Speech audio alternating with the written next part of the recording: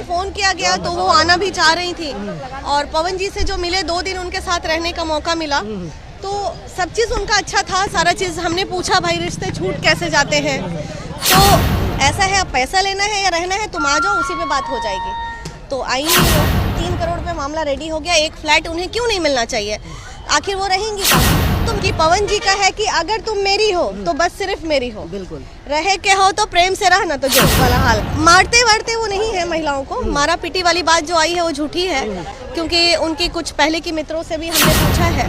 मारते वारते वो नहीं है महिलाओं को, मारा पीटी वाली बात जो आई है वो झूठी है, क्योंकि उनकी कुछ पहले की मित्रों से भी हमने पूछा है।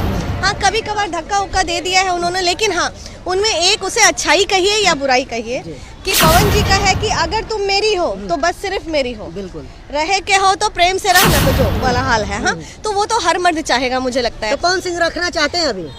पवन सिंह जी रखना क्यों, अच्छा जब चाह रहे थे तब तो वो आई नहीं। अब है कि मामला इतना आगे बढ़ गया है, इतनी आप लोग सारे लोग यहाँ मर्द खड़े हो, हम लोग कोशिश ही कर सकते हैं ना। अब उनका कहना है कि अब आप आई दीदी, मैंने माना, एक मौका मैंने दिया कि चलिए ठीक है बुला लीजिए ज्योति जी को, बात कर लेते हैं। उसी चक्कर में हमारी फ्लाइट टिकट भी कैंसिल हुई, फिर दूसरे दिन की बनी कि नेक्स्ट डे ज्योति आ जाएंगी, और देखिए 3 दिन हम ट्रेन में टपला खाते हुए आ रहे हैं। तो तकलीफ तो हमें भी हो गई कि नहीं, अब ज्योति जी को था कि वो किन्हीं को साथ में लेके आना चाहती थी। फिर उन्होंने कहा कि ठीक है उन्हें भी बुला लीजिए। फिर उन्होंने कहा नहीं पटना आने वाले हैं तो पटना में ही मीटिंग हो जाएगी।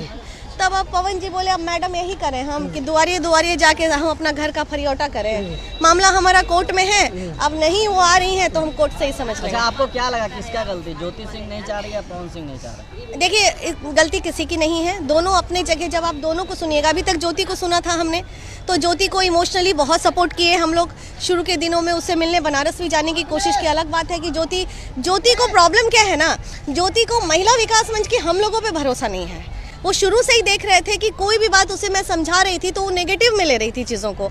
अभी भी जब हम यहाँ से स्टार्ट हुए थे और जिन्हें वो अपना वेलविशर मान रही हैं उनसे मेरी बात हुई थी, तो जाने के दिन की बात है। अगर देखिए इन लोग रिकॉर्डिंग रखते हैं, कहिएगा सुना दें। अगर वीना जी जिस दिन जा रही थी उस दिन आपसे क्या बात हुई थी, उस दिन यही बात हुई थी कि जा रही हैं, 3 करोड़ पे मामला रेडी हो गया, एक फ्लैट उन्हें क्यों नहीं मिलना चाहिए, आखिर वो रहेंगी कहाँ। तो मैंने कहा कि अरे 3 करोड़ में तो फ्लैट भी खरीदा जा सकता है। अब जब मैं यहाँ से स्टार्ट ले रही थी तो मामला ये था, और जैसे ही मैं वहाँ पहुँच गई और पहुँचने के बाद सारी चीज़ें उसी पे बात होने लगी, तब मैंने बोला कि अरे भाई 3 करोड़ दे ही रहे हैं तो एक फ्लैट के लिए काहे ऐसे। बोले हम प्रेम से हमरा कोई 5 करोड़ ले ले, लेकिन हमसे इस तरह से ठगा हम महसूस अपने जीवन में नहीं करेंगे और माफ़ नहीं कर पाएंगे। तो भी वो 25 लाख रुपए और बढ़ गए कि चलिए ठीक है दीदी आपके नाम पे 25 लाख रुपए और दिए फ्लैट के लिए, दीपक जी ने कहा।